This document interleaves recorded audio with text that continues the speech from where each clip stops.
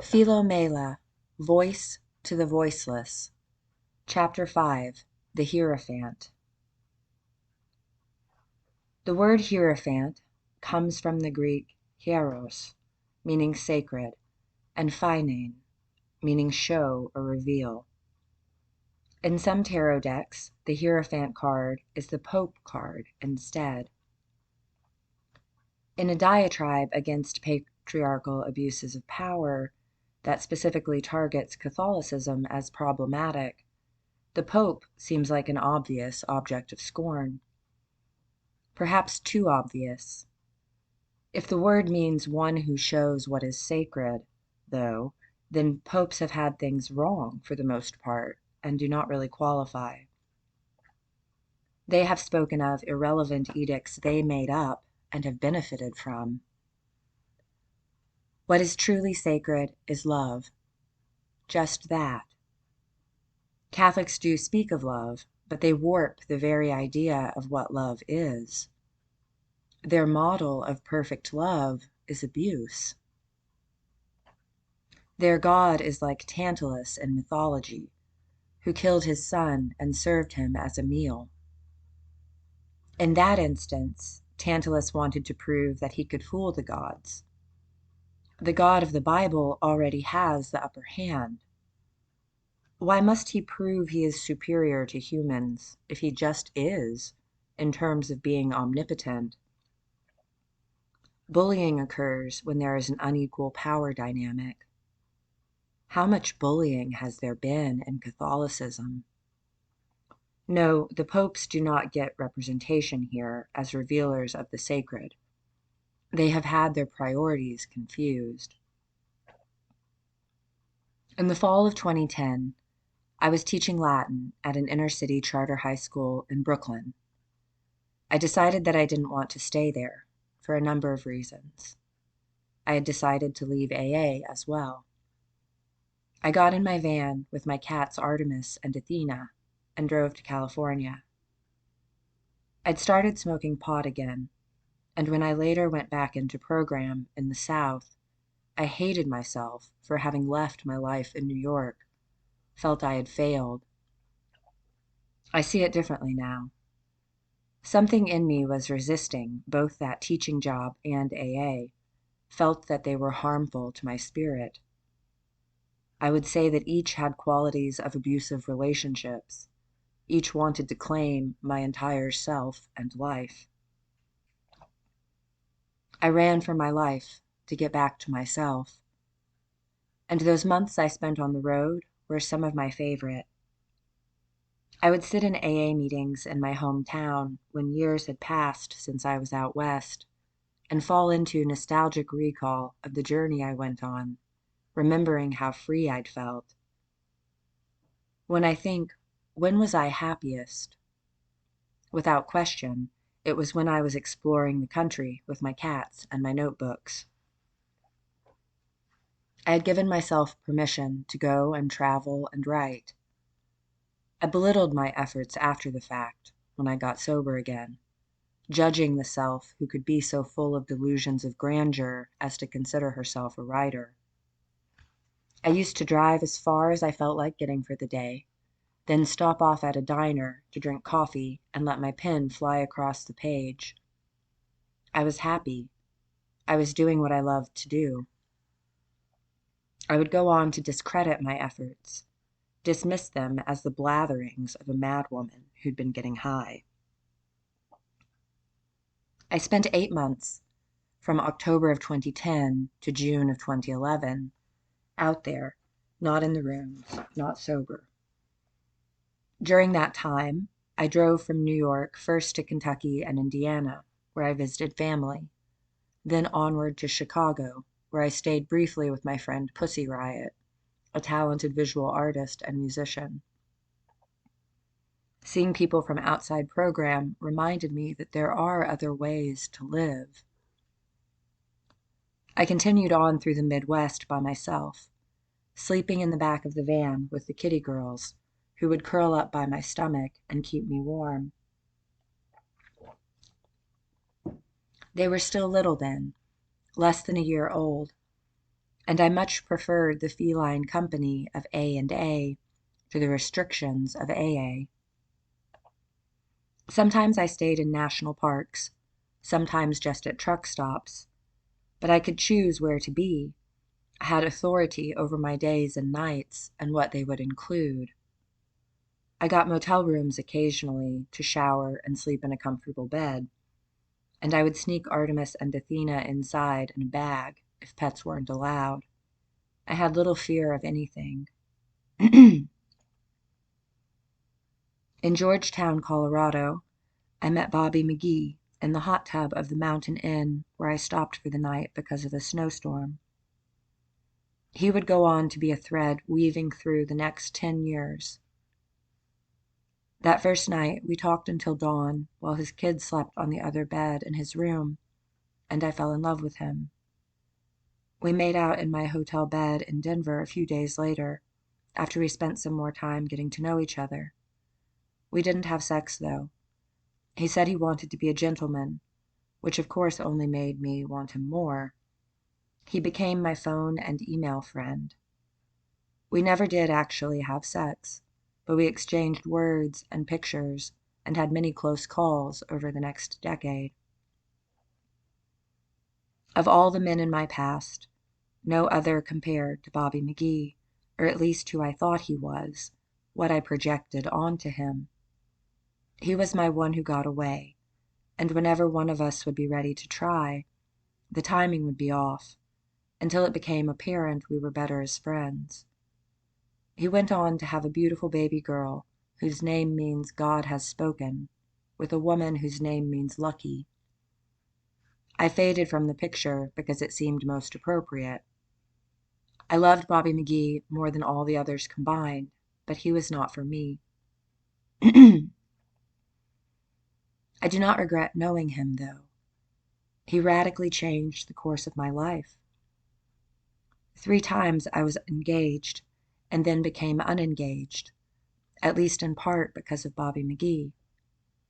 He didn't try to dissuade me from marrying those men, but I couldn't go through with it with any of them because I didn't feel a fraction of what I felt for him, for them. No one else was that smart or made me laugh like he did. I did not end up with him, was never even with him technically, but he was in a way the love of my life. With him I saw the greatest possibility. What I felt for Bobby McGee, the true love that he represented, was sacred to me. I came to see him more as a brother, my pal who was there for me, until I let him go. But the love I felt for him, the love of a kindred spirit, was real and valuable to me. I would not have met him if not for that trip, and I would not have wanted to miss out on him, or so many things from that adventure. From Denver, I drove through the Sierra Nevada with chains on my tires, crawling through snowy forests that looked and felt like Narnia. I stopped at Lake Tahoe and took in its seemingly impossible turquoise beauty. I got out of my car and did a celebratory victory dance when I crossed the California state line, then pressed on to San Francisco. I was going to stay with a friend I'd known in New York who'd moved there. My mother had lived in San Francisco in the 70s. It was one of her favorite places. I wanted to see what it was like. I stayed the night with my friend, and then he had work the next day. I went to be a tourist in Haight-Ashbury and wound up accidentally smoking crack for 12 hours with a young Ukrainian man who had blonde dreadlocks and hypnotizing green eyes. His name was Dodgebog. I'd gone in a shop to buy a coffee, then saw him on the sidewalk with a sign saying anything would help. I gave him $1, and he asked if I were looking for any drugs. I did want to buy some weed. It escalated until we were smoking crack in my van in a neighborhood that looked straight off of Full House. He talked me into the crack because he said it would give me the spiritual jolt I needed to write my book, and we spoke some in Russian, which I'd minored in college. Hearing him speak Russian felt like a sign. He called me krasivaya, beautiful, and the shiver I got hearing him say that word while he looked in my eyes was of the sacred variety. Next thing I knew, there was a crack pipe. I'd never seen one before. He told me to inhale deeply and keep inhaling, hold it in as long as I could. I did so, and when I exhaled, the world cracked in two.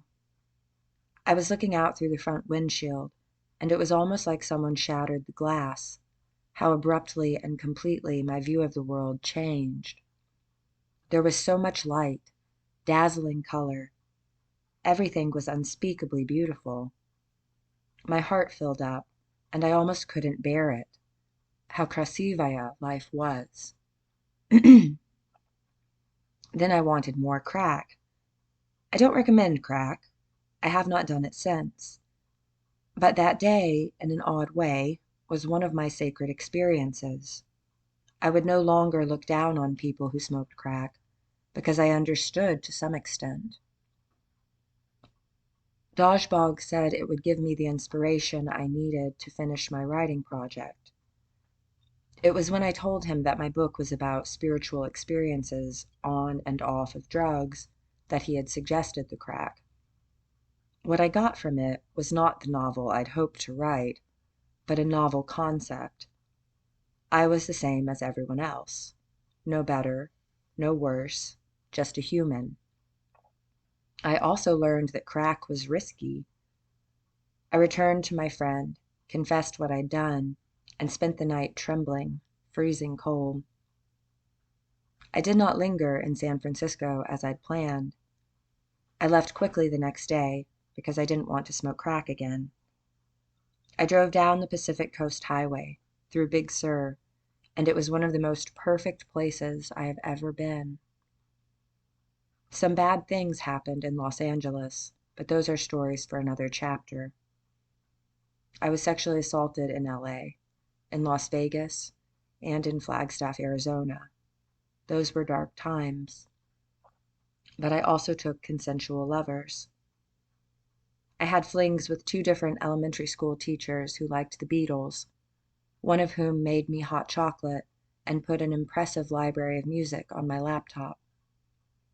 I was an independent agent, allowing myself to explore whatever put itself in front of me, and that was sacred to me in a way. I went to the Grand Canyon by myself with an iced coffee, smoked a bowl, and watched the sunset. I swam naked in the Pacific Ocean at a nude beach, alone except for the dolphins who were jumping 30 feet from me. I adored my life as a woman traveling and writing. I just wanted men to stop raping me. If I said yes, that was one thing, but when I said no, they refused to listen. I went home to the South to see my parents and friends and get my wits about me. I still had my apartment in the city, but I wouldn't for much longer. I'd intended to return to my life up north, to just make a detour. I reconnected with an old boyfriend, though. I'd been seeing Hector in 2008 before I ran away to New York. I got back in town just before Christmas of 2010. We'd started talking on the phone, and I went to see him. We fell back into each other's arms as if no time had passed. I hadn't wanted to leave him the first time around, but when I found myself in New York, I figured I should stay there, give it a chance. After I got sober, I decided Hector was a liability, a person who would lead me back to drugs. We had smoked pot and taken mushrooms together. I had adored him, quite frankly. One night when I was 23, I was with Hector in my den, my self-described stoner room, and I had lit candles on my meditation altar and all around the room. We ingested the sacrament, and then we made love on a futon on the floor that was covered in blankets and cushions. A holy white glow filled the space, like a mist diffusing. As incense burned and we went at each other for hours, I felt the closest to the presence of something sacred as I had gotten. I looked around at my Buddha statues, my relaxation fountain, my record player, and my wall-sized Pink Floyd poster, then looked down at Hector's face, his features contorted in pleasure, but his eyes staring directly into mine, his mouth open, as if in shock, his expression seeming to say that he didn't even have words for the ecstasy he was in. I knew from that night that there was no need to feel shame about sex, to think it was something dirty and wrong. When the intention was love and kindness, there was nothing purer.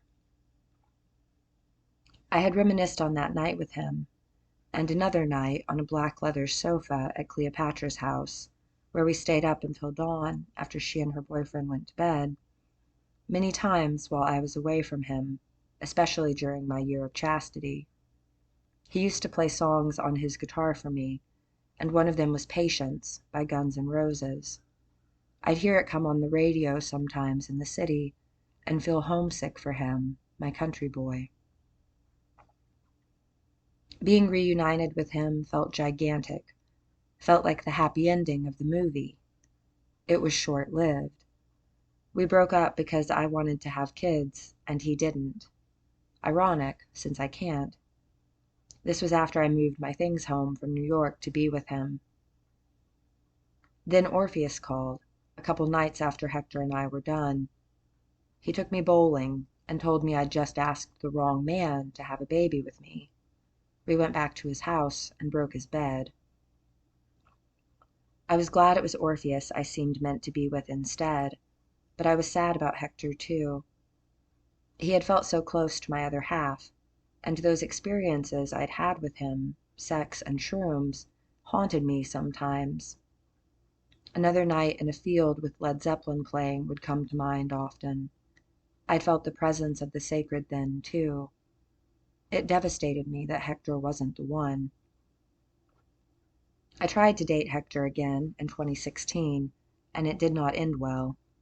We got into an argument after I told him I was going to vote for Hillary Clinton, and he said he would splatter my asinine, overly educated, college liberal brains in his driveway if I ever showed up at his place again. I knew he owned several guns, so I stayed away. I had shared moments that felt sacred with him, but he turned out to be a dumbass. It's wild how wrong you can be about people. But that does not diminish the sincerity you put into those bonds, what those experiences meant to you. I broke up with Orpheus in June of 2011. I decided to go back to AA meetings. I had started doing ecstasy again. Orpheus had a frightening temper that was beginning to show, especially on hangover mornings when he'd had too much to drink the night before, which were becoming more frequent. I'd started going off by myself to find my own chemical escape. One night I drove out to the middle of nowhere, turned up Britney Spears, and danced on the roof of my van, rolling. The chest pains the next day unnerved me, though. I left the house where I'd been living with Orpheus and got myself a cheap motel room for the week. I wanted to detox and have a neutral place all to myself, not stay with him or my parents. Orpheus spotted my car, which had a lot of distinguishing bumper stickers, and knocked on my door at the motel. He kept banging until I opened it a crack to tell him to please go. I didn't want a scene. He pushed his way in and wouldn't leave. It all felt so scary and out of control. After I got him out, I looked up AA meetings in the area. I found a clubhouse not far from where I was staying that had a meeting at midnight, which appealed to me as a night owl. I figured I could at least get my shit together enough to make it somewhere by midnight. The next night, I summoned my courage and drove there. That night, I met Aristotle. He started talking to me after the meeting, asked me questions about what I'd shared. We exchanged phone numbers. Later, he told me that the first time I spoke, it resonated in his heart, and it was like I was surrounded by a blue light. He said he felt certain he wanted to be with me immediately. I didn't know that when I accepted his invitation to watch a movie, but I liked that he asked if he could hold my hand before he touched me, and I liked that he was respectful. When he told me about the blue light, I wasn't sure what to make of it, but I took it as a compliment. Aristotle was 15 years older than me. I was 27, and he was 42. When we met, I had 2 days clean, and he had 4 years.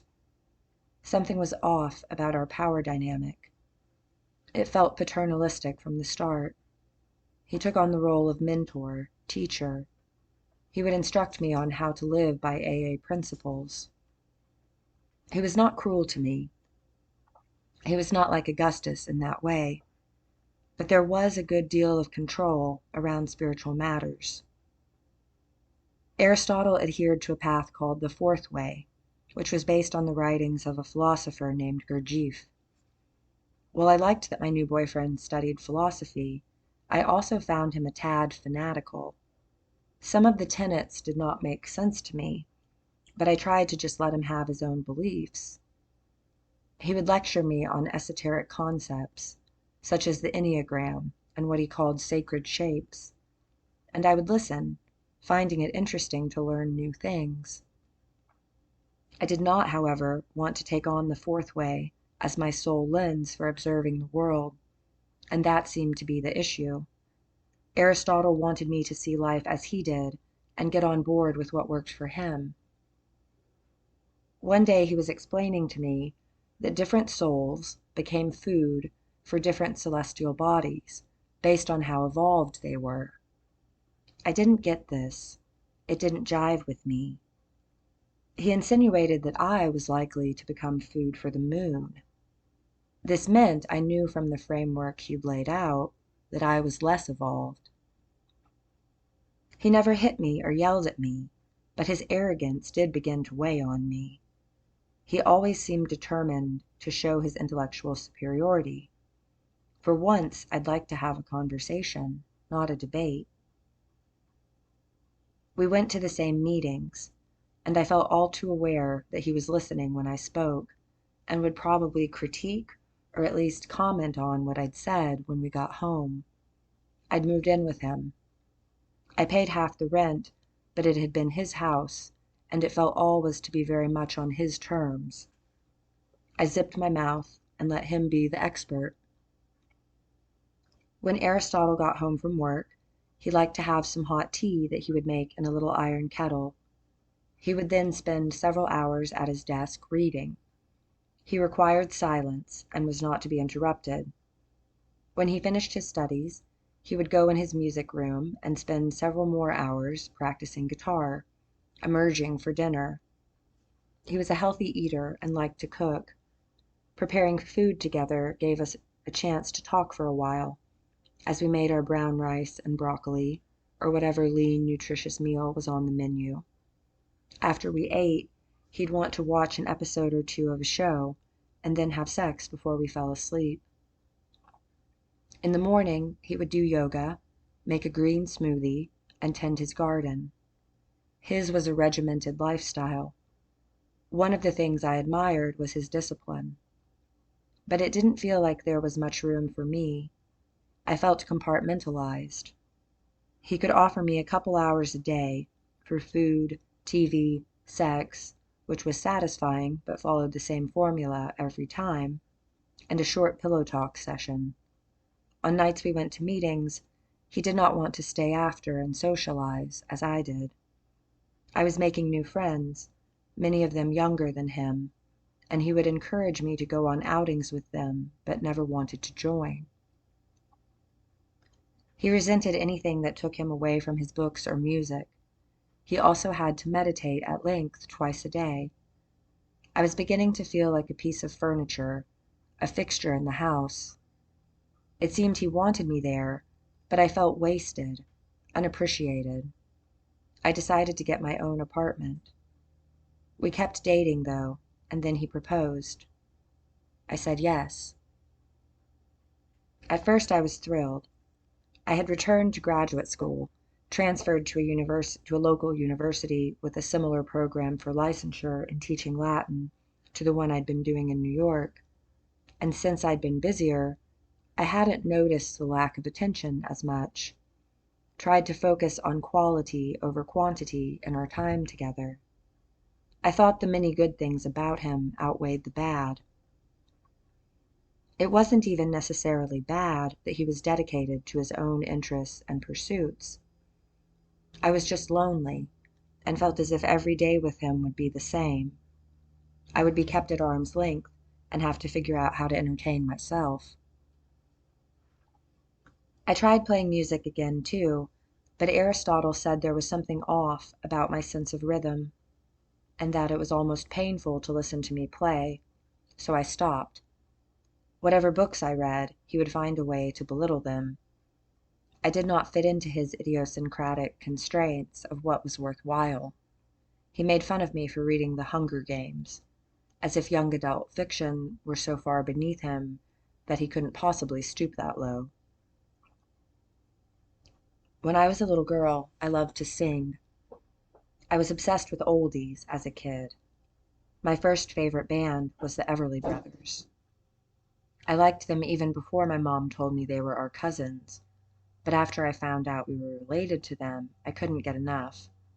I would play and sing the Everly Brothers all day, every day, if left to my own devices. It drove my father nuts. He called me strange for it. My singing got on his nerves. I began to feel that same way I'd felt around my dad, around Aristotle, as if I were a burden, a pain in the ass, obnoxious. I felt like I needed to tone myself down, to stay within the lines he'd drawn. More and more I found his reactions to me gruff and huffy, when I didn't think the level of exasperation was warranted. If he didn't like me, why did he want to be with me? Just to have a bird in a cage? I began to have doubts about marrying him. I went to him with my concerns, and he was receptive. I thought that we could get past our problems, that they weren't deal breakers. Then there was the night I had a paper due, and had gone to a coffee shop to use their internet. I didn't have internet at my place. They were having an open mic night, and I couldn't concentrate. I called Aristotle and asked if I could come use his internet instead. He didn't want me to, because he'd been planning to really focus on his music. I didn't get why he couldn't play in his soundproofed room while I sat on the couch in the living room. If he couldn't even inconvenience himself that much, how could I marry him? I also kept thinking about Bobby McGee. I broke things off. Bobby McGee and the seemingly sacred bond I felt with him as someone who got me made me hesitant to settle. We made up, and I made up my mind to go all in, to fully commit to Aristotle in my heart of hearts. Then he went to Asheville, North Carolina, for a retreat with a fourth-way group he was involved with there. He would take periodic trips to Asheville on weekends without me. When he returned, he told me that he'd been thinking about the doubts I'd shared with him, and he'd done some soul-searching and realized he had his own doubts. I was too young. I was too sexual. And I didn't respect his spiritual beliefs or music enough. This was just after I'd decided I loved him, even if he did think I was moon food. I inwardly scoffed at my being too young and sexual.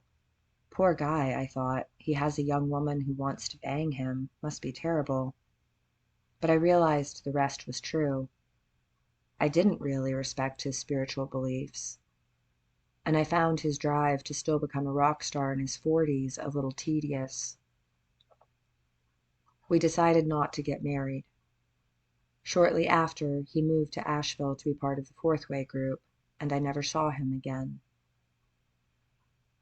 I could have lived the rest of my life in the shadow of what that man found sacred. But what is sacred to me? Love. And a facet of love is making time for the beloved, cherishing them. The day I smoked crack, I felt an overpowering sense of love for my fellow man. Every stranger who walked by, I wanted them to be well. I had the thought that the way I was seeing others, with such tenderness and warmth, was something like how God saw us, if it existed. Dajbog told me that crack would give me a spiritual jolt. He may not have been wrong about that. It was definitely some kind of jolt. When I looked through the windshield that day, through the cracks that appeared in reality, I saw the glittering rainbow shades of love behind the world. Aristotle used to live in San Francisco before I knew him. He had been a heroin addict and a homeless street musician for many years. I sometimes thought of what he might have been like if I'd met him as his former incarnation. Back then, he probably would not have had such a structured, disciplined existence.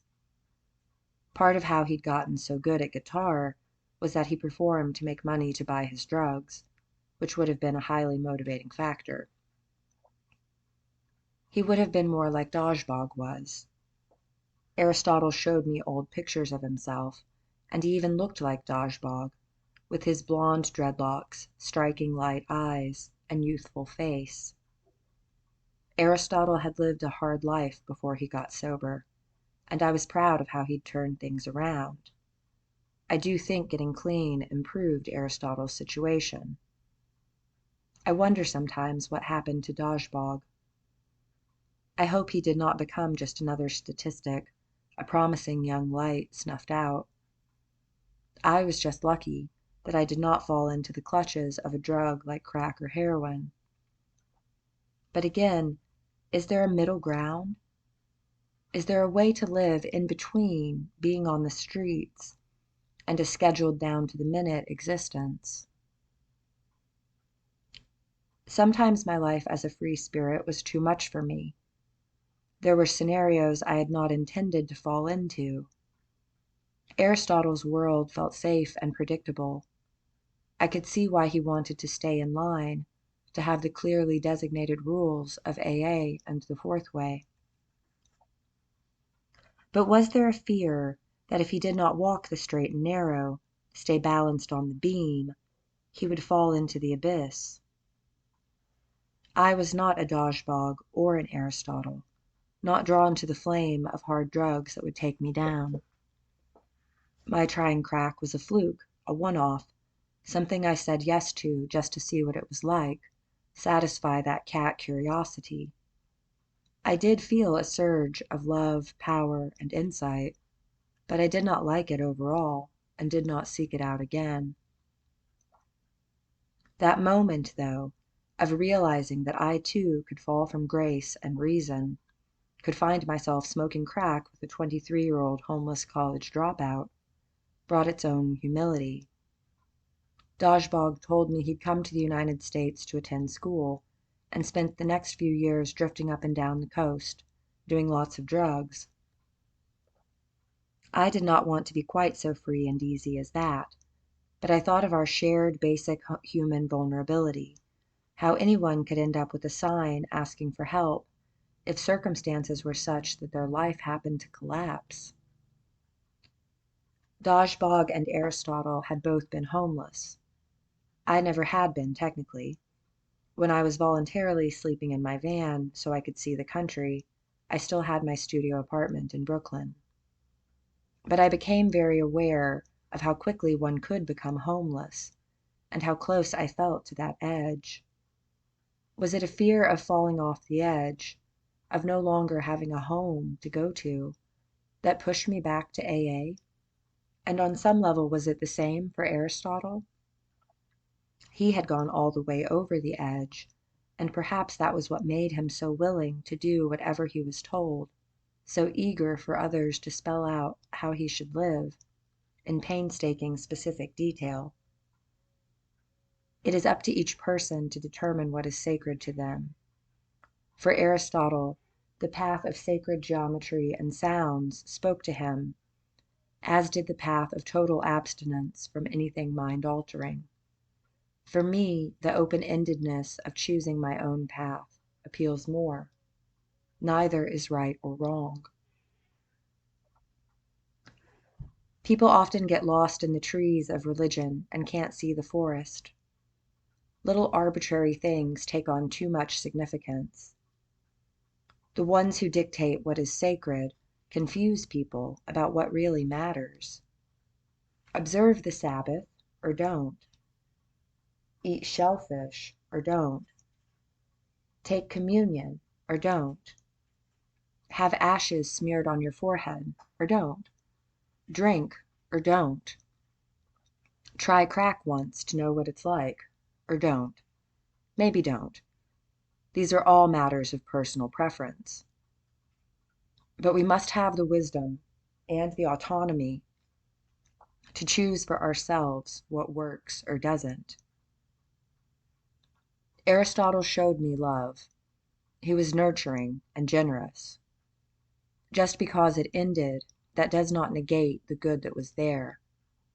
Even his final act, letting me go because he knew we wouldn't be right, was loving. Bobby McGee showed me love. He was there for me hundreds of times in hundreds of ways.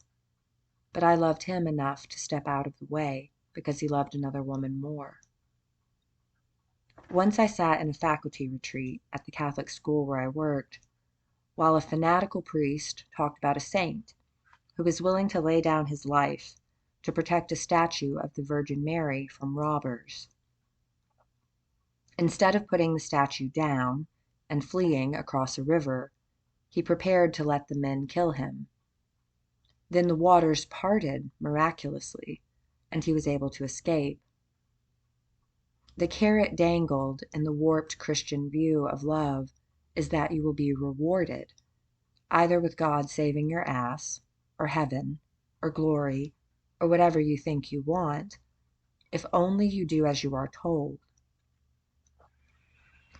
Hopefully God will only take you to the brink of ruin, not let you tumble into the bottomless pit.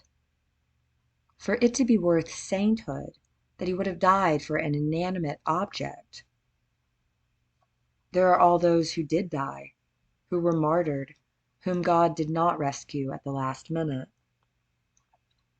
How would the Isaac and Abraham story read if God hadn't spared Isaac? That was what happened in the Jesus story. God let Abraham keep his son, but he allowed his own to suffer and die. That is love.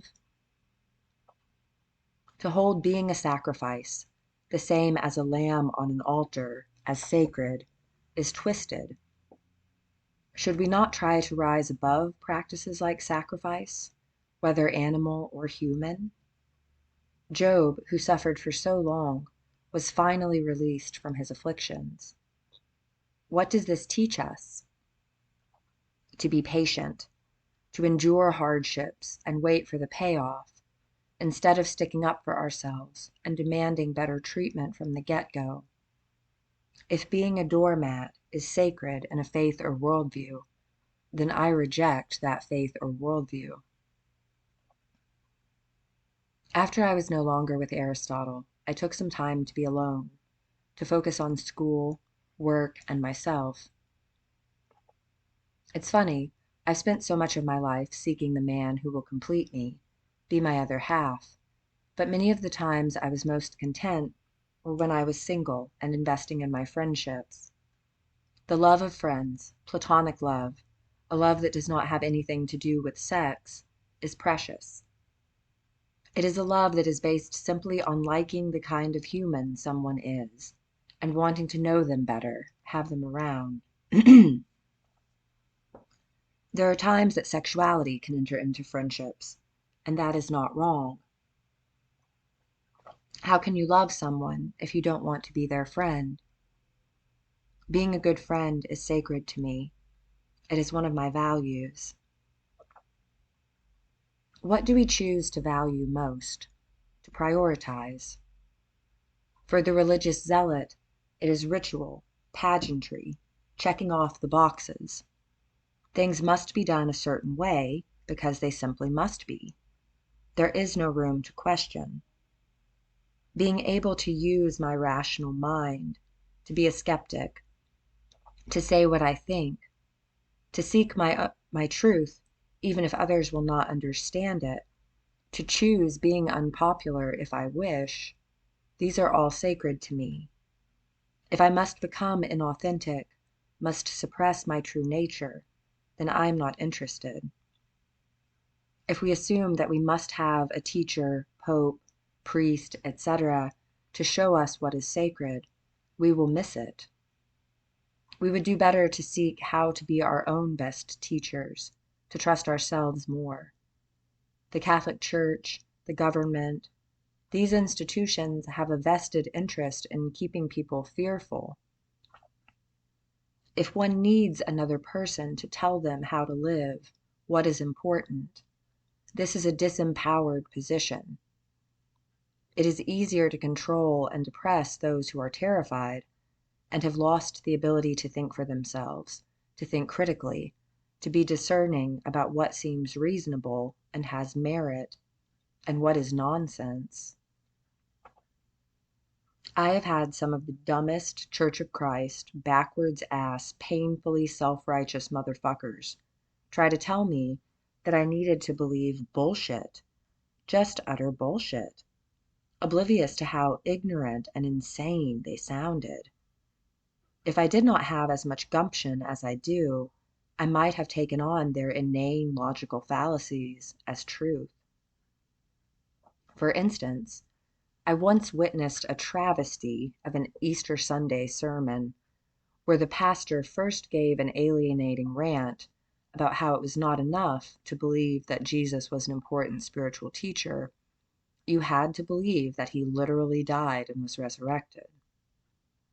That preacher then transitioned to a hate-filled mental vomit spew on the gay agenda. Which is more pertinent, more pressing? That I have a definitive, pinned-down answer to the question of whether or not a dude I'd never met, who was born about 2,000 years ago, was some sort of benevolent zombie, or that I treat all people with respect and don't discriminate against or persecute gay people. If people's tenets are nonsense, reject them. The Catholic Church still makes people feel guilty for divorcing. My principal felt entitled to tell me not to change my name again after I remarried, because it might look bad. How many flaming hoops do people jump through just because they feel they must, so they don't look bad? For Dodgebog, being free to float around California and do whatever drugs he wanted was sacred. Crack was sacred. Sacred enough that he thought I should learn its mysteries. Or maybe he just wanted someone to do crack with. Regardless, I did it. My own free will in that moment, my ability to choose, was sacred to me. Would it have been better for me to avoid it? Probably. Or maybe not. Because I had done it, I was able to empathize with others who had. In the final estimation, I am glad that I lived fully, that I got to discover some things for myself. On crack, I had a moment of complete and perfect love for myself. My thinking mind, so prone to finding fault with everything about me, was still for once, silent. I looked down at my arms, my stomach, my legs. Usually my head would have plenty of commentary about how fat I was, how ugly, how useless.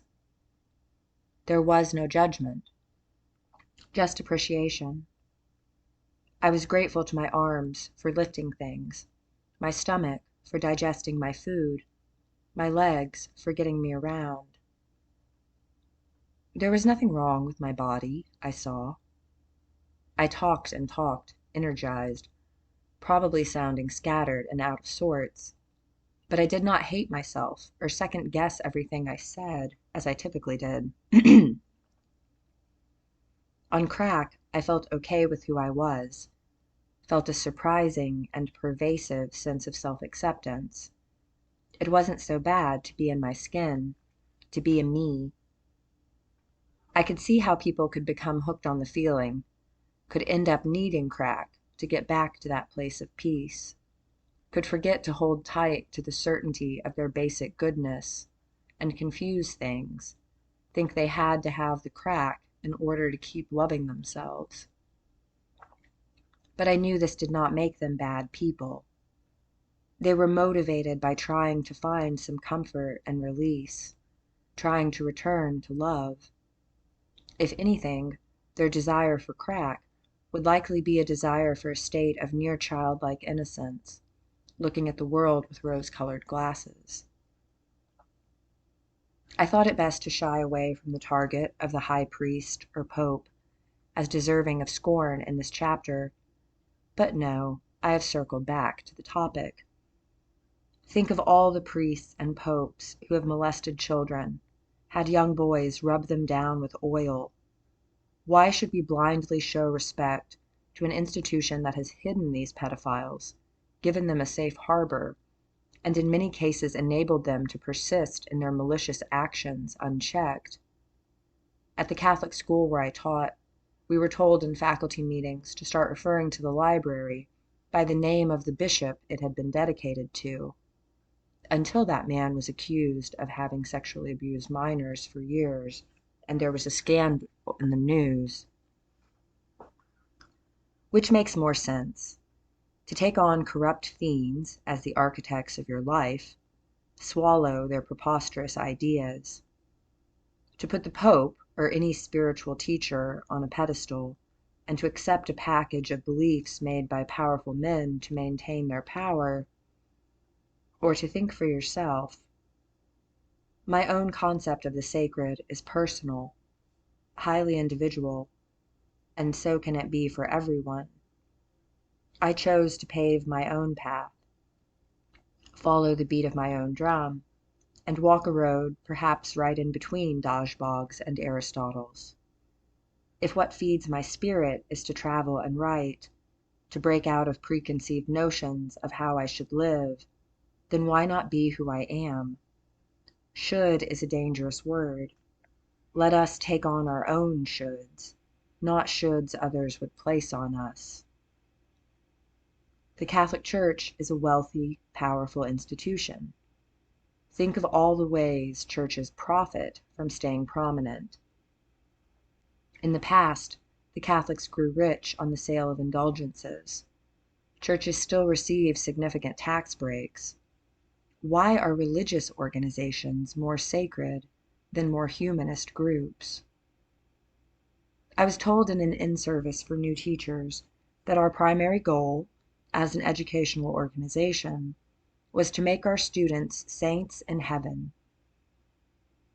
How educated is it to strive for fulfillment in an afterlife we have no proof of, instead of creating the life we'd like to have while we know we are alive? If we fear a God who will punish us for eternity, then perhaps that God is an asshole and should be overthrown. Love that feels like punishment is not love. Love that is shaming, cruel, condescending, proud.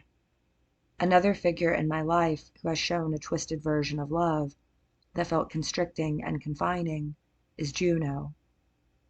There is much to praise in my mother, in terms of her strength and determination, but the fear of her I had as a child was not without reason. When I was in the first grade, I threw a fit about not wanting to go to school. I crawled down onto the passenger side floorboard and beat my lunchbox against the dashboard, insisting that I wasn't going. For better or worse, my mother listened to me, and I was homeschooled until I went back to public school in the 7th grade. There were great things about homeschool, most notably the freedom and flexibility. There was unstructured time, which can be a luxury in traditional schools modeled after factory work, where the ringing of the bell dictates where you will go and what you must do next. There was time in which to dive deep into a subject, really delve in and dig to the bottom of something I was interested in. I became my own teacher during those years, learned to follow my natural curiosity where it led. I was a voracious reader. Juno did supply me with books. We relied heavily on libraries and thrift stores to keep me in stock. Sometimes I would go through multiple novels in a day, do nothing but read for hours on end. Often my studies were interrupted, though, by my mother's rantings and ravings. I attended the 4th grade briefly, went to public school for a week. I was in my best friend Juturna's class, and I was happy. I liked my teacher, who complimented me for being the best reader and being around other kids. Then my mother picked me up from school one day and took me to a park. We sat together at a picnic table by the river, where she lectured me and told me that I hated school, that the other kids were stupid, that the teacher was stupid, and that I wanted to return to homeschool. She yelled at me all evening until the sun went down. I knew that she would not let up until I agreed with her, that she wanted me to adopt her views as truth. I didn't want to go back to homeschool, where I was isolated, where my mother was a ticking time bomb. I never knew which of her I would get, the laughing, fun, loving version, or the wild-eyed, screaming, sadistic one. I learned to become hypervigilant and read her moods. I could tell from the sounds she made getting out of bed in the morning what kind of day it was going to be.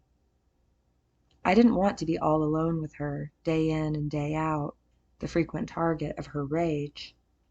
School had provided a welcome buffer, a space where she wasn't there, where civil conduct was maintained. Juno would tell me some belittling, undermining things.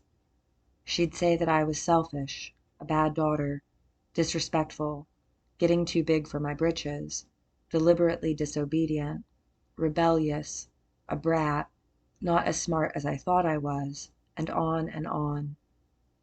Her reactions were unpredictable and disproportionate.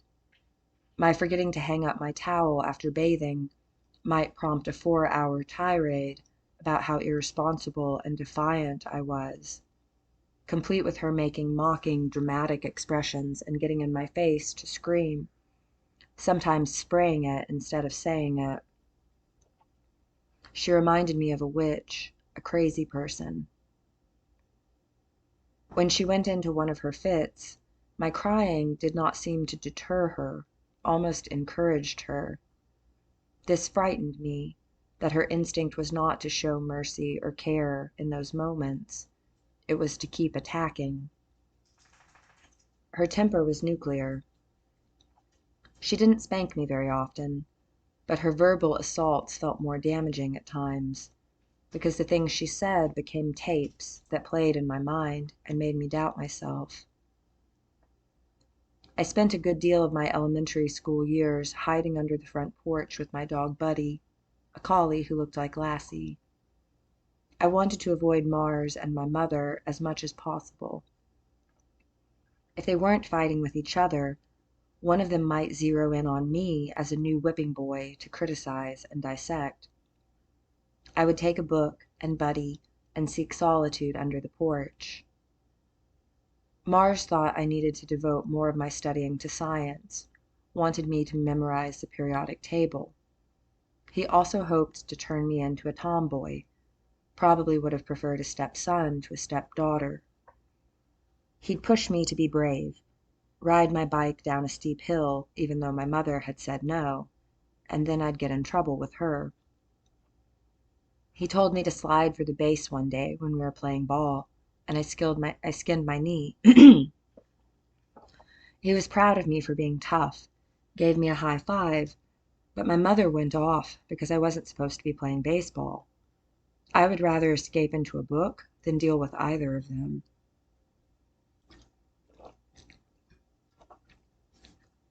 I suspect that many of the toxic messages my mother gave to me were ones she was repeating, things people had said to her. Abuse is like that sometimes. Without awareness, one unconsciously passes on what was done to them. Juno would call me crazy, a liar, when I hadn't been, lazy, foolish, and above all, selfish. She was forever calling me selfish and shaming me for not thinking of her. If I dared to talk back, to ever challenge her, it would not go well for me. She'd shut me down, wouldn't allow me to speak. Often she would put her hands over her ears and shout that she wasn't listening, la la la. I hated that I felt as if I had to be the mature one. My mother's whims were sacred to her. Whatever she happened to think or feel like saying, she wanted it to be accepted almost as if it were divine law. In the midst of her chaotic onslaught, I made friends with books and with the feeling of a pen in my hand. When I sat down to write, it was the one place I could be myself, be authentic, take off my masks. I tried to get more ingenious about my hiding places for my notebooks, but I was never very good at it. She'd always root them out. Still, I could never resist the lure of a blank piece of paper where I could have an outlet. It was no coincidence that I was drawn to Russian writers who lived under the oppression of Stalin. There was no room for disagreement under my mother's roof. Being able to have my own perspective and allowing others to have their own perspectives, these are sacred to me. Meeting others with kindness, even if they have life paths that differ from mine, this is sacred to me. From childhood until the present day, I have had to wrench my personal power from my mother's claws. Her desire for me was to be as intelligent and educated as I could be.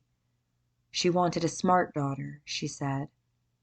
This was her primary value, her barometer of my success, my intellectual accomplishments. If I wanted connection with others, or something else, this was inferior in her eyes. In high school, she would read my letters and banish my friends. As a freshman and sophomore, I dated girls, because they seemed safer after the molestation by my step-cousin that took place when I was in 8th grade. Boys felt overwhelming. My mother forbade me to speak to my girlfriends, made us break up, called their mothers, destroyed our love letters in front of me as I wept and pleaded with her not to. She claimed it was because I shouldn't be being physical with anyone. I was too young. The furthest I'd ever gone with my girlfriends was making out in stairwells near the gym at school or in the parking garage at the mall. We'd never touched below the waist or really even under our clothes. The next year, she let me date a boy. With Hannibal, my first serious boyfriend, things turned sexual quickly. We fooled around extensively during the 9 months we dated, having actual sex for the first time shortly after I turned 16. I had gotten better at hiding my journals, started keeping them in my locker at school, but I felt compelled to write about my experiences with love in an uncensored way. Not having to filter when I wrote was important to me. I now consider it sacred. I had forgotten to take my green hardcover diary with me to school one day. As soon as I realized I hadn't put it in my backpack, had left it in my closet, I got a bad feeling. I knew Juno would search my bedroom and find it. When I returned home, I could tell that she'd read it as soon as I walked in. Her features spelled fury. She asked if she asked if there were anything I needed to tell her, then confronted me with my book. She had called Hannibal's mother, she said, and told her that she would have him arrested if he came near me. He had just turned 19. Because he was legally an adult, she could accuse him of statutory rape. Hannibal had just gotten into a prestigious music college. She had no qualms about ruining his future. I hated my mother in high school. I deemed her a despot. Adolescence is a tough time for most parent-child relationships, but it didn't get much better after I became an adult. She never stopped thinking that it was her right to decide my fate. When I was 26 years old and told Juno that I could be pregnant, feeling thrilled, she kicked me out of her home in a snowstorm because she didn't approve. She cursed me, called me an idiot, a flake. She said that I was going to give birth to a dead baby. She wished that on me. I was so upset that I drove my car into a ditch and had to enlist Orpheus's help to get it out. I would take periodic breaks from Juno after she went ballistic for my own emotional well-being, would sometimes go months without contact. But I would invariably try to make peace, wanting to have a relationship with my mother. Every single time I have let her in, without exception, she has burned me. I don't think she can help it. She struggles with mental illness. Therapists I have seen over the years have speculated that it might be borderline personality disorder she has, or bipolar disorder. I'm not a professional and can't diagnose her, but I do see traits of narcissism in her myself. She cannot hear no, for one thing. She deflects any of my attempts to stick up for myself with tearing me down, gaslighting, and insults. One archetype of the borderline mother is the queen, a strict ruler, one who demands absolute power. If I go along with my mother, do as she says, she is still not pleased, or at least doesn't stay so for long. She will find some justification to explode and rip me a new one. Any details I may have confided in her will become weapons, ways to batter my confidence. I do not trust her to have any sort of sway over my life. The woman who put me in situations where I was molested by my father and almost killed by my stepfather has an ironic lack of humility and sense of entitlement to pick me to shreds and order me around. At the end of 2020, I let go of any notion of ever letting my mother into my world in a meaningful enough way that she could do me harm again. I chose to have high walls going forward. My mother would consider my writing this book a betrayal. Anything unflattering about how she was depicted would make her livid. I made a conscious decision to reject the critical voice in my head that comes from her. I opened the floodgates and gave my words permission to come pouring out. The very writing of these words is a move away from my mother as determiner of the sacred, a move toward becoming my own Hierophant.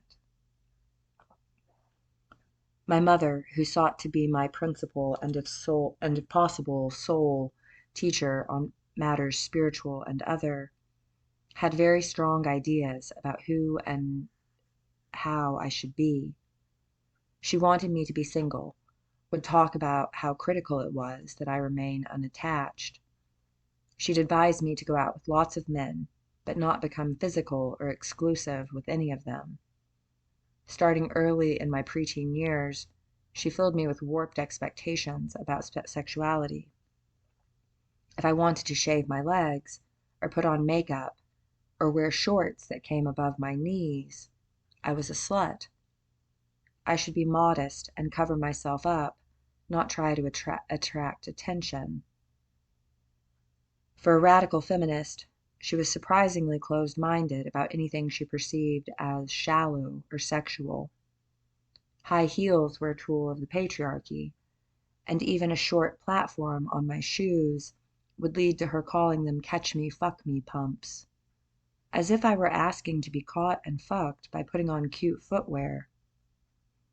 She would warn me about the dangers of sexual predators and pedophiles, scare me with stories of horrible things that could happen even in small towns that seemed safe, make me feel paranoid that I could be kidnapped at any moment.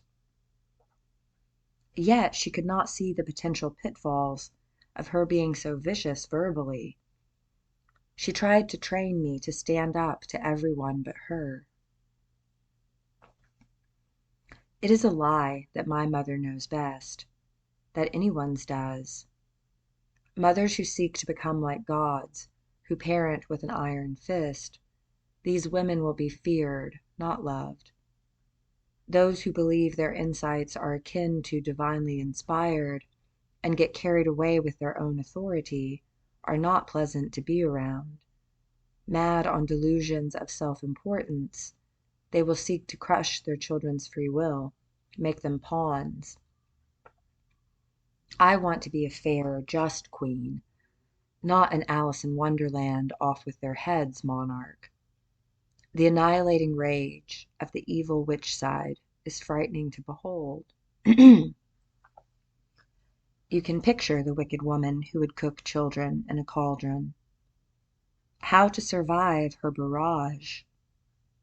One must develop a thick skin, learn to let the violence of her hate-filled words slide off your back like water from a duck's feathers. And one must be careful not to take on mistaken beliefs about this kind of treatment being normal or acceptable. If I took my mother seriously, took her on as my only spiritual teacher, relied on her to be the revealer of the sacred in my life, I would be wandering off the trail into some sinister woods indeed.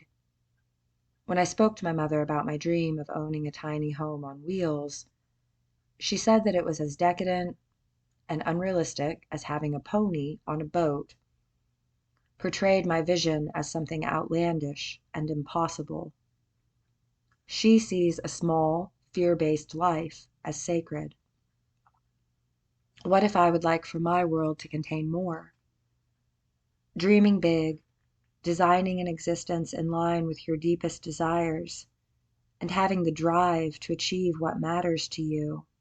I see these things as sacred. At some point it dawned on me that I would not have treated any child the way my mother did me. I would not have taken my frustrations out on them, forced them to grow up too soon, projected my own insecurities onto them, and insisted that my way was the only way.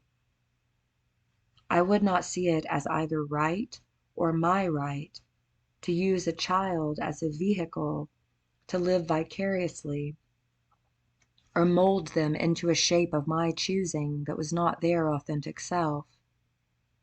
I would have the basic knowledge that a child would come through me as a vessel, but not belong to me. I would not think it appropriate to demean or abuse a child emotionally. I've heard it said that you see people's character not in how they behave toward those they feel are their equals, but those they see as beneath them. When my mother had power over me, when I was a helpless, dependent child trying to figure out how the world worked, she chose to abuse that power. Even when I became an adult, she still saw herself as having ownership of me. No human is a possession. We all have free will and deserve to act on it. To my mother, I was hers, to manipulate and keep in my place. It is sacred to me that I understand that I belong to myself, and so does everyone else. Who am I to tell anyone else what their journey on this planet should be? If I get that arrogant, that far gone, where I feel I am wise enough to dictate another person's destiny, then I need to examine myself and my motivations carefully.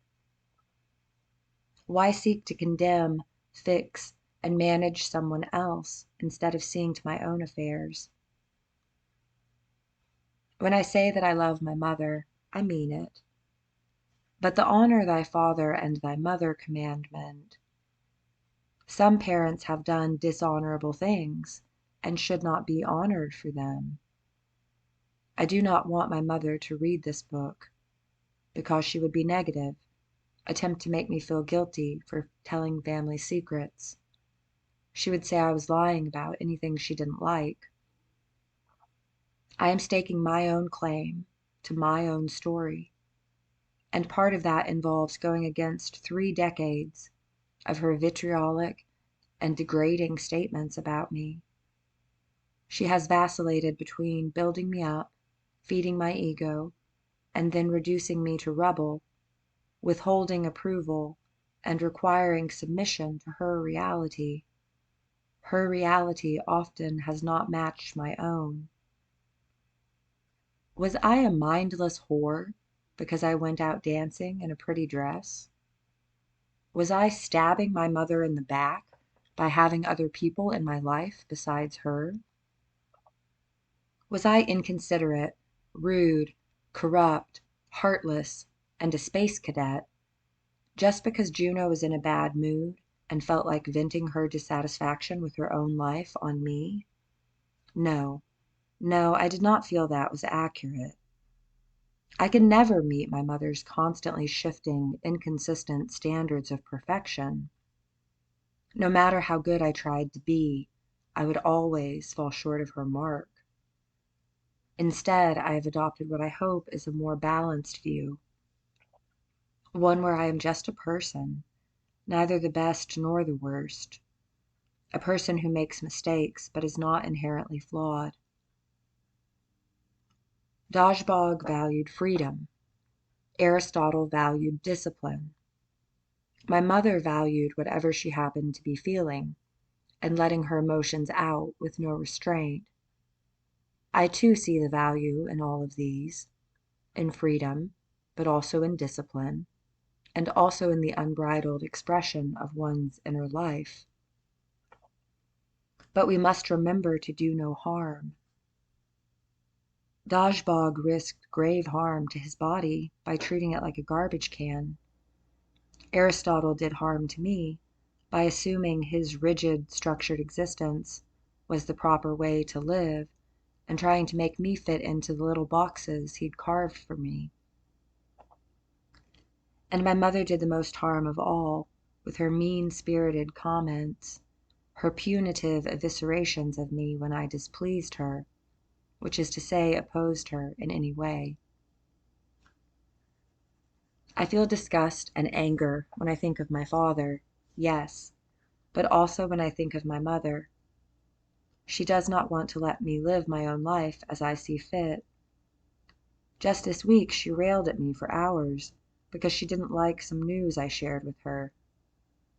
Why should I invest my time and energy in relationships where I am not even shown the basic courtesy of being able to talk about what is going on with me honestly, without meeting hostility if I am not playing the role that person would like for me to be playing? I said before that love is sacred. If love is not loving, if love seeks to control before it seeks to support the beloved in becoming who they are, then cast that love out. Don't pretend fool's gold is really gold. The sacredness of each person's life belonging to them is something I hold in the highest regard. I don't think it my place to tell my friends or family or anyone what to do. When the goal of a relationship becomes dominance, that relationship is sick. I do not wish my mother any ill will. She wishes all sorts of terrible things on me because her need to feel superior and be right has taken over. I would not want anything bad to happen to my mother, and I still keep hoping that we'll make a lasting peace while we're both alive. I've tried harder than I might have wanted to at times to get along with her, because I didn't want either of us to die while we were on bad terms. But eventually I had to accept her for who and what she is, a troubled woman who adds to my misery when she follows her pattern of bottling up and blowing up. Things can never just be okay. There must be a crisis, a conflict, something for her to condemn. When I made a commitment to write this book, my autobiography, memoir, manifesto, whatever you want to call it, I knew that I would have to break with my mother on a mental level to be able to.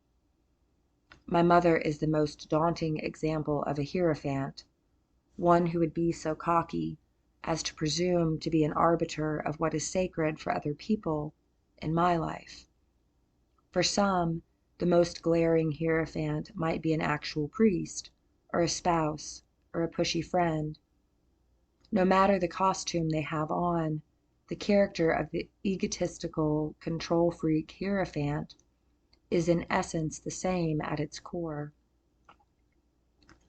When the Hierophant could choose love, acceptance, inclusivity, and not just tolerance for, but embracing of differences, but instead opts for hurtful comparisons, judgment, and zero tolerance for deviations from their opinions, then the Hierophant should not be praised or listened to.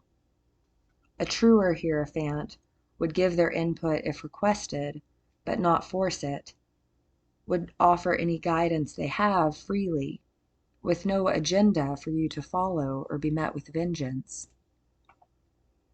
Anyone who has an agenda that they thrust upon you is not your friend, not really. And if their delivery is not kind and does not show respect to your fundamental autonomy and the sacredness thereof, then they might be an enemy. I read recently that high-ups in the Catholic Church got together and issued a decree that priests cannot bless same-sex unions. Not that they can't perform them, but that they can't even bless them. How narrow and limited must one's point of view be, that they cannot wish people well because they think they are so holy and righteous? Righteousness is a slippery thing. As soon as a person seizes upon a reason they are better than others, they have lost the point that we are all equal. We should all be equally free to live as we see fit if we are not hurting anyone else. The thought that a man in velvet and satin robes, or a crackhead, or a crackpot, or your mother, or any other person alive or dead, can give you instructions on how you personally can find fulfillment is absurd. What works for me might not work at all for someone else. I love strawberries, but if I make a person allergic to strawberries eat them, then that is tyrannical of me. If I find the story of Daphne, who was turned into a tree, meaningful, but it doesn't resonate with you, why should I insist that that one story from mythology has magical significance, that indeed it is the only access point to comprehend the myriad mysteries of the universe? What if I were to found the cult of Daphne and preach that the one way to save your soul was to worship laurels? In the larger scheme of history, the Jesus story is just a myth, an influential one, but the Greek gods who were in vogue long before him also had a lasting legacy. Does that mean they existed? Or is it more likely that the powers that were stayed more firmly entrenched by keeping people lowly and fearful of the gods? If the impoverished masses remained pliable, easily led, not encouraged to see their own power and worthiness, then perhaps they would not rise up and kill their masters. Christian missionaries go to places where people are desperate, are hungry and sick, and offer to give them help they need, but have a price for them to pay: conversion. They must denounce Jesus Christ as their new Lord and Savior. How bizarre is that? How bizarre is it to exploit people in such a way, trade them resources to aid their survival in exchange for mind control, brainwashing? Beware any teachers who demand your unquestioning loyalty, even if they are bearing gifts. The Hierophants of the world whether vile or well-intentioned, have a heavy responsibility on their shoulders. People will listen to them. People will assume that they are right, that they are authorities on spiritual matters. People will base major life decisions on the advice these figures give, concede to what their priest or pastor or guru thinks is best, give credence to the experts' interpretations of scriptures. Instead of learning to listen to and heed their own instincts, these devotees will become more and more prone to pretending to believe in nonsense until they actually do. I knew Catholics who seemed to pray so sincerely in Mass, who seemed to believe in the faith they'd been born into, as if they had chosen it all on their own, who were touching in their devoutness. They might see their priest as wholly benevolent, as an instrument of love, as imbued with God's mercy. They may not feel oppressed at all by their faith, may see it as a source of strength and solace, a positive force. Where is this dogmatic domination in their church? The congregation members might balk at this depiction of organized religion as dangerous. Church might bring them casseroles, friends, connections, social approval. What is so wrong with that? But all the subliminal messages, all the ways that religious indoctrination deadens the creative, self-assured part of the mind, free thought, reasoning, assertiveness. After digesting enough bullshit, it can be difficult to distinguish the true from the false. It is much simpler to read someone else's ideas and blindly adhere to them. Let a man on a stage tell you what to think, than to come up with your own blueprint for how to live. What happens when the Hierophants fill people with poison, though? When the map laid out for churchgoers meanders through a field of homophobia and follows a river of grovel before your Almighty Father, and when the carrot dangled is an eternal paradise, people become motivated to go along with the status quo, especially when there is also a stick to beat the donkey with if it does not march forward, the stick of hellfire and damnation. Would the thought plant itself in there if someone had gone to church and been exposed to toxic messages since childhood, that maybe they really would go to hell if they didn't get in line and go through the motions? Probably it would. So they put their kids in the same churches and religious schools that made them feel small and powerless, and continue the cycle of abuse. Why not remember the indignity of a nun smacking your knuckles with a ruler and say never again, never to your children? Acknowledge that it wasn't all right then and isn't all right for future generations. Why adopt an attitude that what was done to you is good enough for them? What my mother did to me was not acceptable to me as a status quo for how I would treat others going forward. She would go for my most sensitive, tender insecurities like a rabid animal lunging for the throat, did not mind to bite me in a delicate, damaging place, dangerous to my very survival. Such an attack might make my vital life force gush out of me. I don't want to go for the jugular, sink my teeth into people's necks emotionally. When I have indulged in rage, I have not liked the after effects. I have resisted it, struggled not to be a force of hate. My mother has been alive almost twice as long as I have, and she has not yet learned this lesson.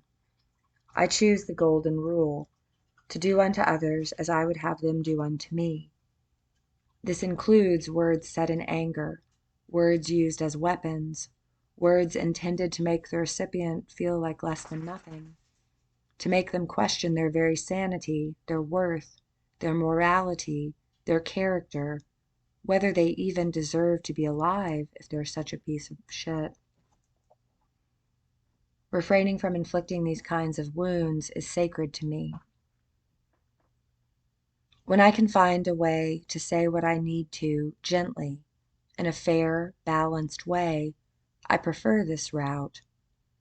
I have not always met my own goals, have fallen short of my ideals many times. But I have tried to learn from my mistakes, to grow and evolve.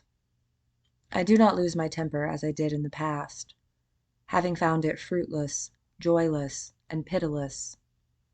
Compassion is sacred to me. When I have become stone-hearted, immovable like an oak tree, and full of wrath, I have not much liked the emotional fallout of having been cruel. My mother has had many opportunities to give up her habit of inflicting pain for no productive purpose, but she hasn't quite been able to kick it. It is the same with the Catholic Church and other religious institutions. Have they done the necessary self-reflection after having perpetrated atrocities such as the Spanish Inquisition? Did they really do the requisite soul-searching to atone for the turns upon the rack that they gave innocent people? The peons of the world, the humble churchgoers, they must go into a little booth with a priest and confess their sins. But what if the great and powerful Oz behind the curtain were to go to confession and tell the whole truth, the bad and the ugly, along with the good deeds? How many nuns raped? How many children traumatized for the rest of their lives? How many dissidents silenced? How many dirty deals behind closed doors? My things that are sacred might not be the same as yours. How could they be? Sacred comes from a root meaning holy. Some would say that only certain things are holy. The Holy Bible, Holy Communion, Holy Matrimony, Holy Trinity, Holy Crucifix, Holy Virgin, Holy Rosary, Holy Water, Holy Sabbath, Holy Tithe, Holy Commandments, Holy Icons, Holy Tabernacle, etc. None of these are holy in any way to me. Not if I take holy to mean worthy of devotion. I find the following to be holy: the love of my pets, laughter, good books, the wonders of nature, music and all forms of art, freedom to be genuine, friendship, kindness, the innocence and curiosity of children, peace of mind and a clear conscience, love in all its forms, platonic and romantic, creativity and uncensored expression, equality, dedication to the well-being and betterment of all beings and the environment, the moon and the tides of the ocean, reminders that I am connected to something greater, getting to decide for myself what is holy. Whatever is holy to others, perhaps it is the cross because it symbolizes how much Jesus loves us, and because it reminds you of your mother and her faith. These associations are individual, unique. They are deep. For me, there is something sacred about Russian, because it is a language I love so much. And that was part of why I was open to smoking crack that day, when Dodgebog spoke to me in Russian. The things we hold sacred can be rather irrational. I feel cosmically connected to the music of Pink Floyd, to mermaids, sphinxes, and chakras, just because I like them. My own symbols are irrelevant. Each of us has a lifetime of memories, associations, and threads woven through our stories. I like to create an altar in my home, A small table I cover with a scarf or nice piece of fabric. I do have some statues of different spiritual figures and deities, having been fascinated by world religions since childhood and collected as many as I could. I have joked that I like to cover all my bases, just in case any one of them is the only true faith. Represented on my altar are Buddha, a meditating cat, Kali Ma, Ganesh, Lakshmi, Athena, Artemis, and others. Crystals, stones, and items from nature are scattered around. I also have burners for essential oils, incense, and candles. I do not wish for these to be reminiscent of burnt offerings, though. Let them not represent old animal or human sacrifices, anything morbid, just the energetic power of a flame burning with intention behind it, the transformative potential of fire. When I sit quietly and focus my attention on the smell of a stick of incense changing into ash, look at the bright light of a candle, and seek stillness, I can feel myself entering into a holy space. Much like the white mist I saw on mushrooms with Hector in my den, what blossoms is an awareness of the now. I come into the room, let go of worry about the past or future, and try to relax into the childlike state of joy that can be found when I stop trying to be anything other than who and what and where I am. I associate hallucinogens with the sacred, but they are not necessary to reach a place of peace. Mushrooms have been some of my most important spiritual teachers, though. Maybe they are just a form of food poisoning, your subconscious running rampant in your visual cortex, meaningless.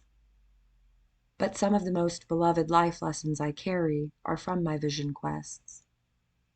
The key is to keep the lessons with me, but not need to escape to the other world all the time. If I can plant a seed in my consciousness, nurture an awareness of, say, the underlying interconnectedness of all things, and if I can water it with a continued playful interaction with my surroundings, reminders that life is play, a great play, then eventually I will just be playing. Jesus did say that one must become like a child in order to enter into the kingdom of heaven. If we take heaven as a state of bliss, instead of an afterlife we need to concern ourselves with, then we can be in heaven any time. If we accept that there is no such thing as a sin, only an error, a mistake, then we will not be preoccupied with the hereafter, but the here and now.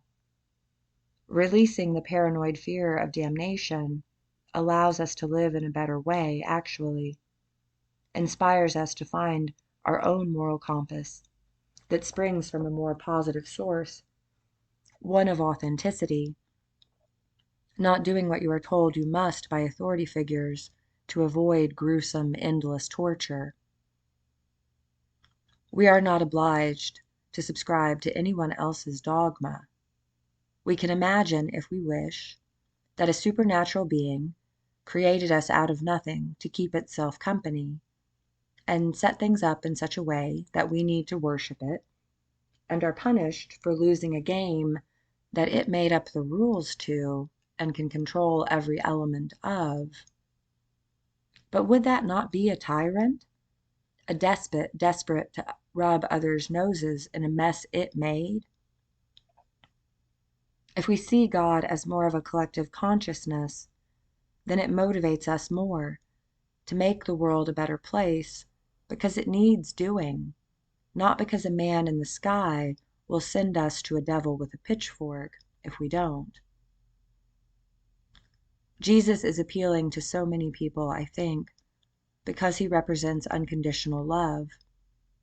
Someone who adored us so completely that no matter what we did, how shitty we were as people, he would die for us. We could beat him and stab him, and he wouldn't give up on us. But why can't we just love ourselves and others? Why do we need a single man we never met to redeem us, and a spiritual intermediary to build a bridge, and all the pomp and circumstance? I can walk out into the woods any day of the week and feel the presence of the ecosystem around me, much holier to me than any church I've ever been in. Churches are in many cases ostentatious, wasted space, castle-like structures that could be used to shelter the homeless, but sit empty much of the time. Out under a canopy of trees, marveling at the abundance and diversity of life on this earth, I get closer to finding a sense of awe than I do in cathedrals made of marble and gold that could have fed the poor, monuments to man's fascination with constructing big towers. I hear a harmony out in the forest that I do not from choirs. Most of the repressed rage I have carried is from having to bite my tongue almost in half with my mother. There is also anger toward Jupiter and Mars, but it is the worst with Juno, because I feel she should have been on my side more as a woman. Maybe that is my own sexism, that I expect more nurturing from a mother than a father. But it just goes to show that females are not immune from stereotypically masculine traits like aggression and domination, sadism, viciousness.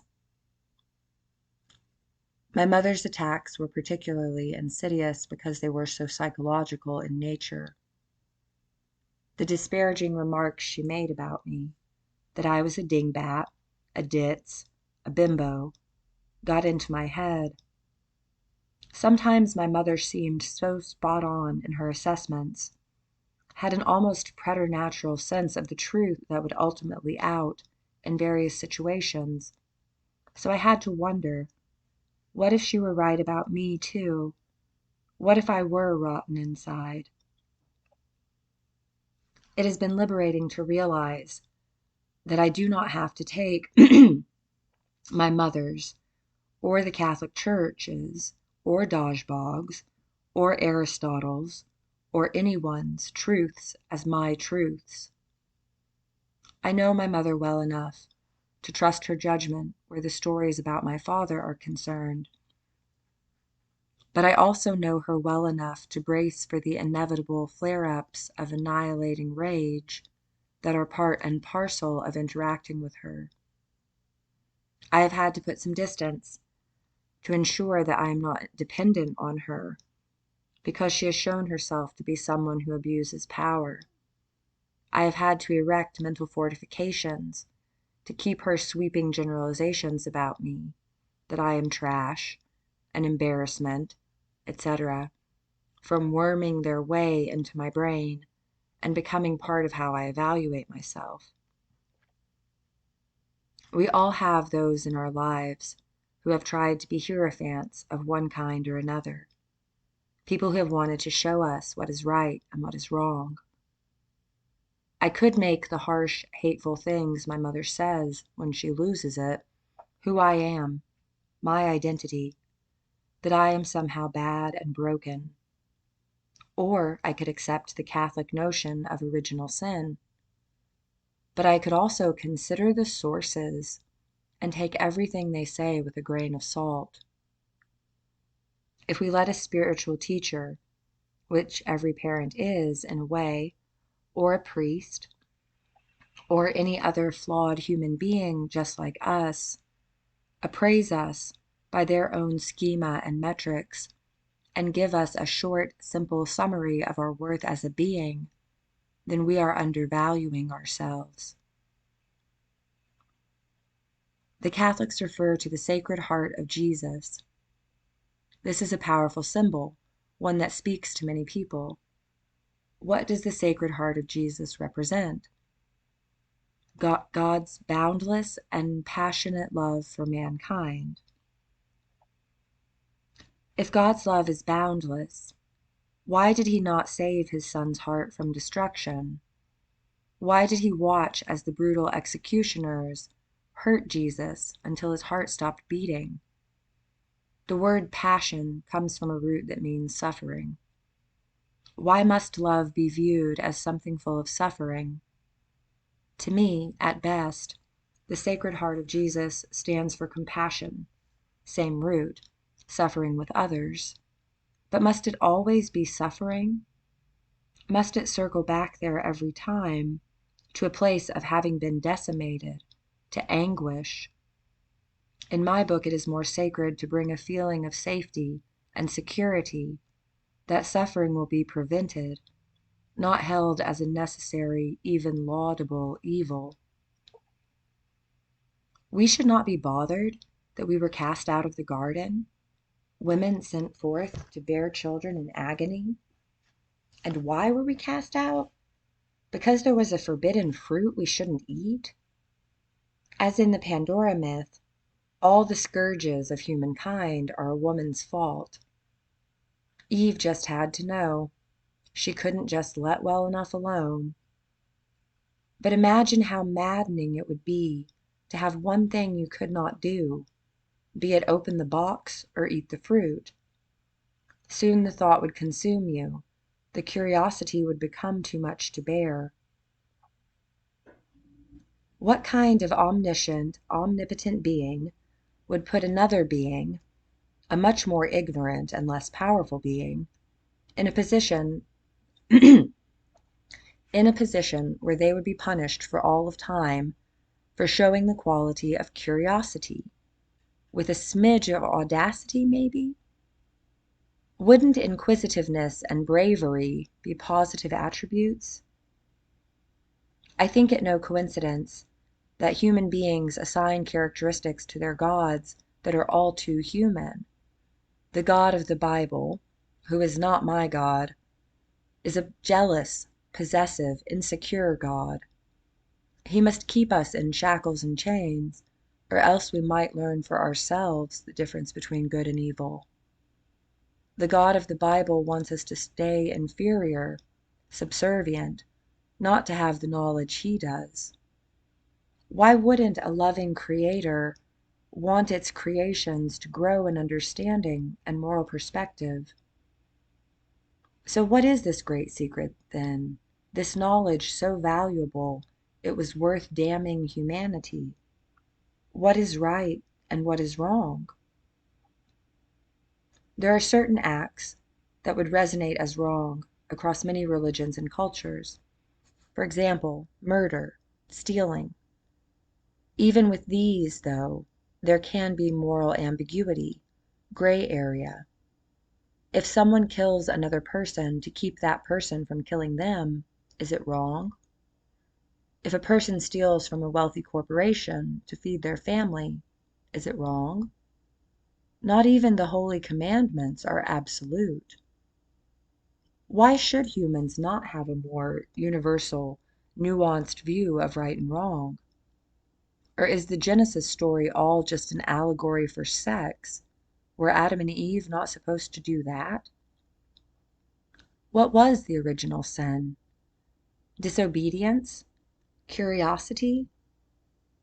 Any God who would seek to squash these appears to me as a corrupt ruler, one who does not want his subjects to do anything but adulate him. If I have children and treat them as robots, automatons, leave no room for them to distinguish themselves as beings separate from me and my preferences, then I am not a good parent. I am keeping prisoners. Was the Garden of Eden meant to be a cage, with captive humans who were supposed to never strive for more? So what if we wanted knowledge, or pleasure, or autonomy? If humans are capable of empathy, then why was God not? Why was God unable to put itself in its creation's shoes and understand how these puny humans would be tempted? There is a clear advantage to God's position of being omniscient and omnipotent. God seems to like knowing everything and being able to do anything. Why would it begrudge its creations some of this knowledge and power? Isn't there enough to go around? My mother has wanted me to stay single, be on my own. She once hid my birth certificate and social security card from me so I couldn't marry Orpheus. In the long run, it was better that I didn't marry him. But my mother found it difficult to let me make my own mistakes. She would become vengeful and punishing, much like the God of the Bible, and try to quell these insurrections on my part. It was natural, normal, logical in terms of hormones at least, that I was intrigued by physical love and found partners.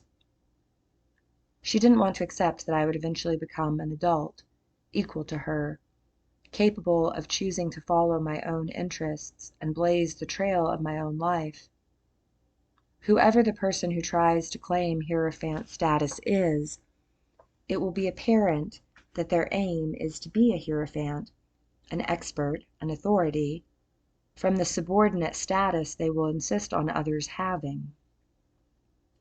If they think their opinions have more gravitas, if they feel sanctified and high on their own supremacy, then anyone else will automatically be beneath them.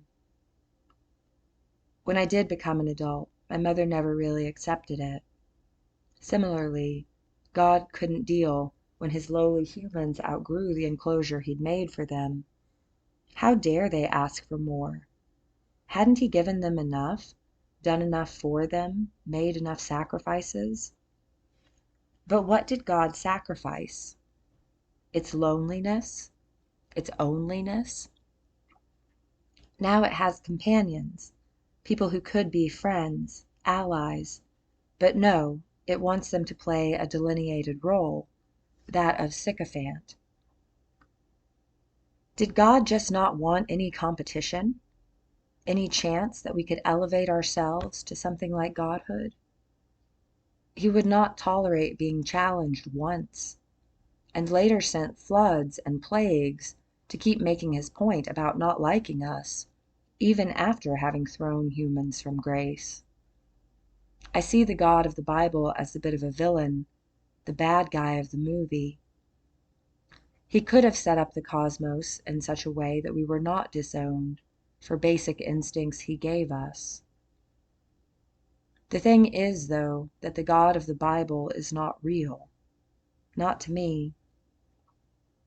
He reads as the worst of human nature, as a creation of humanity, not the one who created humanity. Any being who would force me to conform, make me do a little dance while it shot at my feet, deprive me of free will, turn me subservient, these feel too much like primitive ideas of what it is to be powerful. True power does not need to deprive anyone else of power just for the sake of having it all. True power can coexist with the power of others. Dodgebog told me crack was sacred. I did not find it sacred enough to devote my life to it. Hector showed me that sex and shrooms could be sacred, but he did not possess enough kindness, which I hold more sacred than both, for me to devote my life to him. Aristotle showed me that sobriety, meditation, study, music, and gardening could be sacred. But he could not give me room to be myself, and to me that is more sacred. My mother wanted me to be a carbon copy of her wishes for herself, and she would not allow for divergence. Divergence is sacred to me. How boring would life be if we all just did as we were told? There must be room for innovative thought, for inquiry. Let us diverge from any hierophants in our lives who would seek to deprive us of personhood. We deserve to be like children asking why. Let us keep asking why until we find our own answers.